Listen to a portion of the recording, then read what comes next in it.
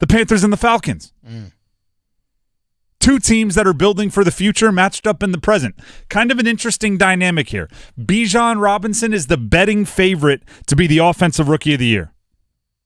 Bryce Young is the second betting favorite to be the Offensive Rookie of the Year. So we are going to see the debut of the two most high expectations rookies in the draft this year. You have a running back that went 8th overall, which is the equivalent of a quarterback going for, I don't know, multiple first-round picks, which is exactly what happened for Bryce Young.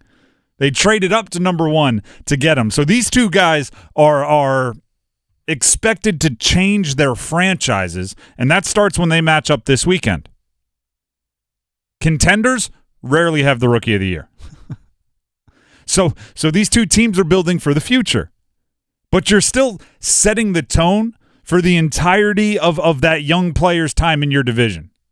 Right? I think it's kind of funny how, not even funny, I think it's apt, it's correct how something like this, we'll use a college example. Sam Hartman's coming back to play in Carter Finley this weekend, right? State fans know what he's done in Carter Finley in the past, and it hasn't been great. You get these reputations against teams. Tom Brady owned the Jets.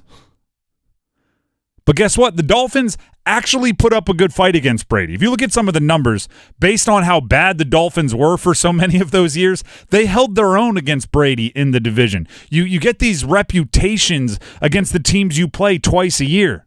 Right? You get these reputations against teams you share a division with. Well, guess what? Atlanta. Are you going to be the team that Bryce Young owns? Part of that reputation starts being built on Sunday. Yeah. If Bryce Young goes out there and has a dynamic debut and everybody's loving him and he shoots to the top of all the Rookie of the Year rankings and everybody gets excited at your expense, then that's the new normal for you in the division until you have to shake that. And the same is true in reverse. Carolina, are you going to be the team that Bijan Robinson owns? Are you going to be the team that every time he goes out there, you're his punching bag? Twice a year, every year. It's up to you. It's up to you. And guess what? Their fan base is super jacked up about him. Number 9, right? That's the number that Bryce Young's going to be wearing. There's going to be those jerseys all over Carolina. He hasn't even played in a game yet. Same is true. I don't even know what number is Bijan wearing. 7? That's popping into my brain. I feel 7 or 8, I think. I feel like we're playing a version of the numbers game that we play at 5:30 every day to give away tickets. Ocho Cinco. Ocho Cinco. If you weren't listening yesterday, we had a caller. The way the numbers game goes, I give you a player and a team. You have to give me the jersey number. We gave Chad Ocho Cinco Bengals. Caller didn't get 85, didn't get 85. Ocho Cinco. But I mean, come on. Thank you for playing though. Gave us a hilarious moment. Those jerseys are good. Like, there's an excitement around both of these teams that you don't even have when your team is good. Like, I'll use the Bills as an example. The Bills, there's already that like thought in the back of your head on maybe it's not going to happen for this core, right? We've been really good for a few years now, and we haven't even made it to a Super Bowl, right? The Bills start having those thoughts of Jim Kelly, start having those thoughts of like, you can be really good and never end up walking away with any of the hardware.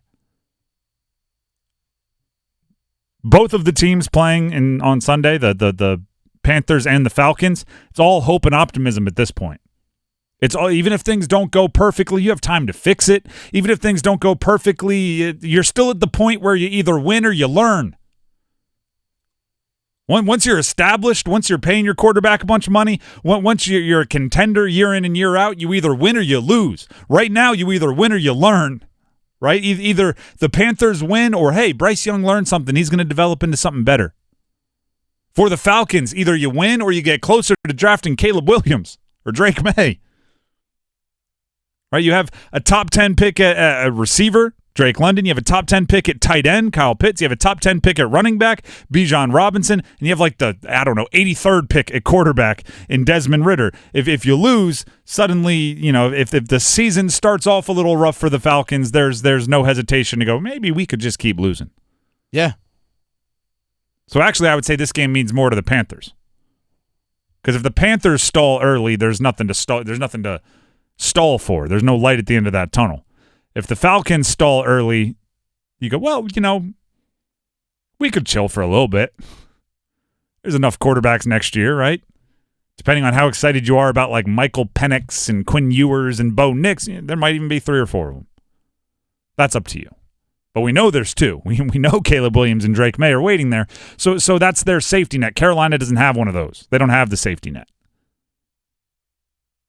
So it's low stakes because you're young and Bryce Young and you have reasons to be excited even if it doesn't go well, but higher stakes because you have no reason to let it not go well. That's a little oxymoron, Venn diagram that doesn't overlap much. But I think that game's going to be very exciting.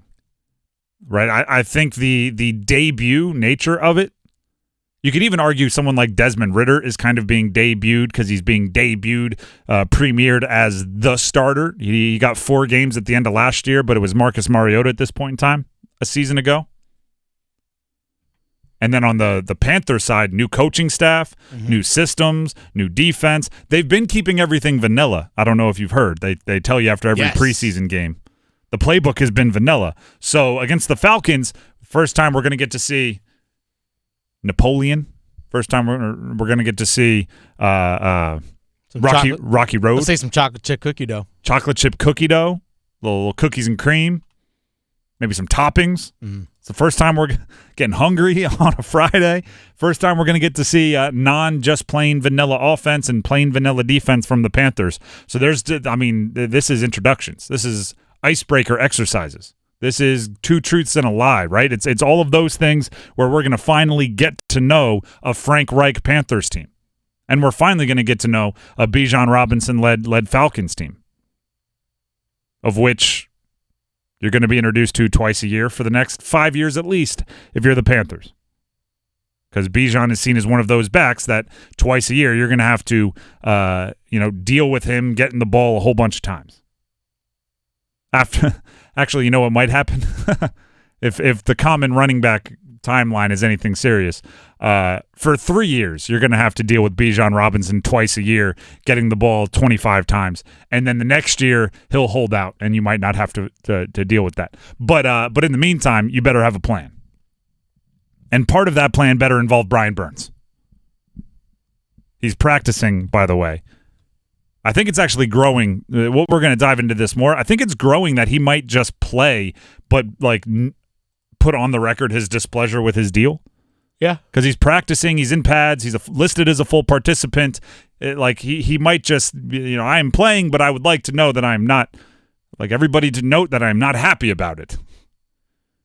I love for him to go out there and get 2.5 sacks and 4 tackles for a loss, bat a couple passes down at the line of scrimmage. Have we ever seen someone start a holdout mid-season? Not that I can think of off the top of my head. Starting one mid-season? No. Like play for 2 weeks, play really well, and then start not playing? No, not that I know of. I don't want to even I don't even know why I said that out loud. I don't want anyone to hear that. Why did you say that out loud? Because sometimes I can't close my big old mouth. Well, we are paid to talk. That one I should have kept internal.